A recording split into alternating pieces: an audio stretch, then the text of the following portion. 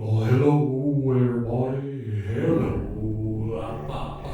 Let's see what we can do with macros. So I'm going to create a document 1920 by 1080, 72 dpi, and go to my artistic text tool and click somewhere around the center. Hit this button to center the text. Double click this button to get larger text, and thermal.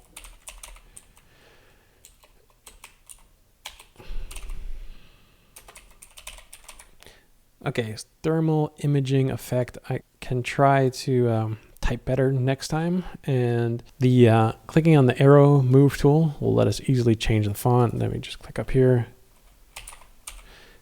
So Syntha, it's a free font from defont.com.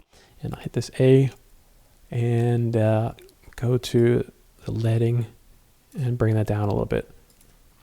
So my text looks like how I want it. And I just want to make it more colorful. So I select it, click on my gradient tool, drag up, and just make sure this kind of looks a little bit like the gradient, but make sure you do actually click on this one. And I'll click on this swatch. I'll make this first color red, and then I'll make this second color the opposite of red, which would be dir, and it's also this blue. And then the middle, we get this kind of muddy medium gray. So I just click underneath here to add another swatch, and I'm going to make this somewhere in between the red and the blue and fully saturated. And I think this will work. So I'll go back to the arrow tool to get rid of that gradient, or to hide the gradient. And let's look at our layers. So this is an important thing. We got to make sure that our layer is selected, and then we could open up our macro. So we need to go to View, Studio, Macro, and our macro window is open. And we hit record, and it's going to save all our steps that we could replay later by hitting the play button. And so I hit record, and I go to Layer, Duplicate Selection, Duplicate or Duplicate, or duplicate, doesn't matter. We got a second layer here. We just have to click on it. This pop-up comes up and says you got limited options, but the default works for us. So that selects the layer below. And let's rasterize that layer by clicking Layer, Rasterize. And now we just have to start to deform it. So I'll go to Filters. Actually, before we deform it, I should change its color. So I'm going to go to HSL, and I'm going to make this, it doesn't really matter, just maybe halfway towards the end. Hit merge. And now we can't see what it did. We could kind of see in the little icon here, change color, but it's being obscured. And we just go to filter. Now we can distort it. Filter, distort, deform. And we get this little pop-up window. So this works very much like the puppet pin tool. You click, just going to add a few points throughout the words here. I think maybe one more here.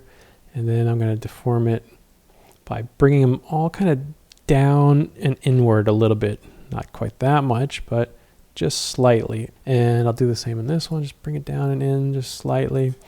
Maybe that's a little too much. And this one just down a bit. And the same thing for these ones. And I'll just fast forward as I shift these around.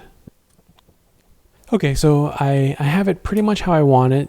You could zoom in and see that all the letters are kind of going, it's almost like a drop shadow that goes in and shrinks down. And I just want to look at this just to make sure that everything is okay. And once I have those main points, I can start to add some smaller points, like maybe over here, if this part of the G doesn't look like it's coming down very much. Yeah,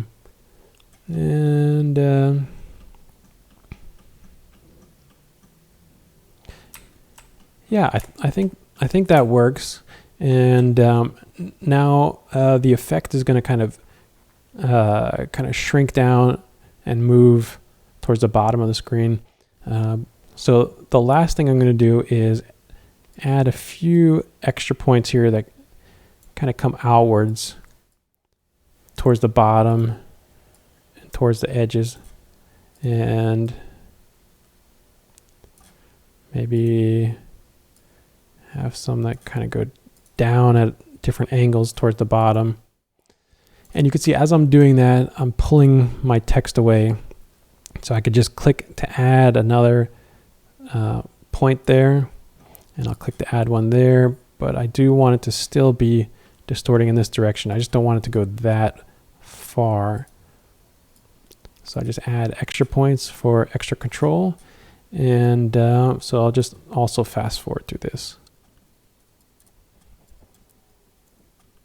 Okay, I think that's good. Now hit apply, and we are pretty much done. So we hit the stop there, and I'll select this layer. I will delete this layer. This was just there just for seeing the results. And now what I want to do is tone this HSL down. So we have a little cog here. We could click on that. Let's go, instead of 112, let's make it, I don't know, let's try 3.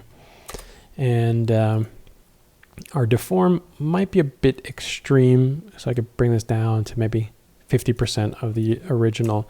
And yeah, so we just need to make sure our layer's again selected, which it should be, and I'll hit the play button to run this effect, and I'll see if the color shift looks okay.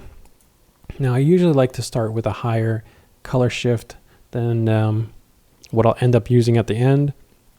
So I'll click this cog again, and I'll go from 3%. Let's bring it down to 1%. So that the higher numbers are good for creating a contrast in colors inside these parts of the letters that are close to each other. It's still hard to read, but it's better than if they were all blended as one like purplish red color and you couldn't read them. But now we'll just get a little bit subtler effect, and you see each time I hit this, it's creating a layer each time, and I'll fast forward as I go through this.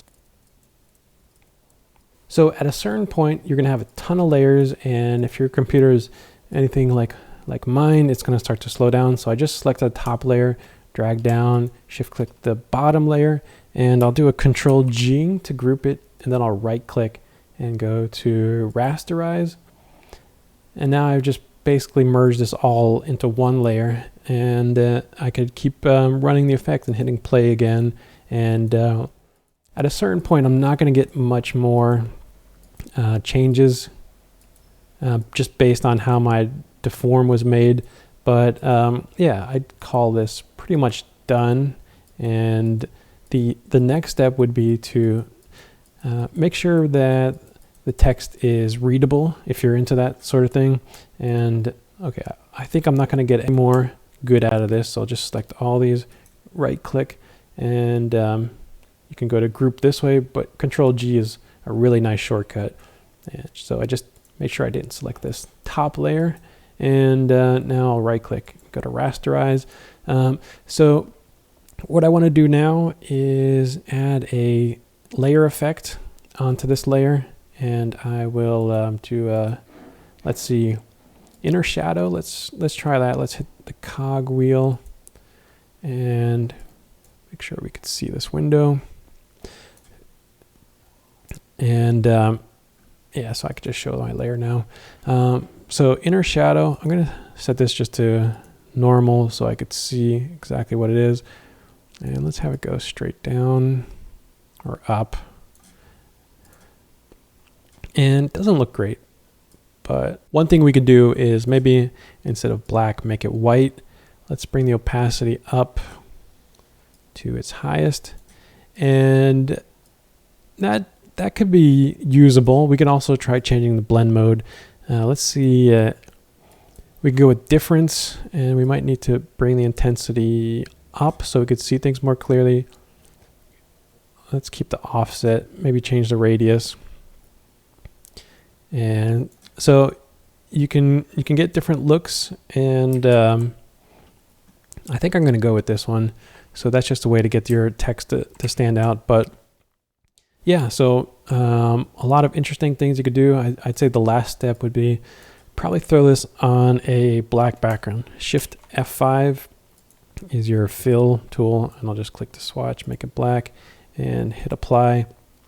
So yeah, that is the thermal imaging type effect.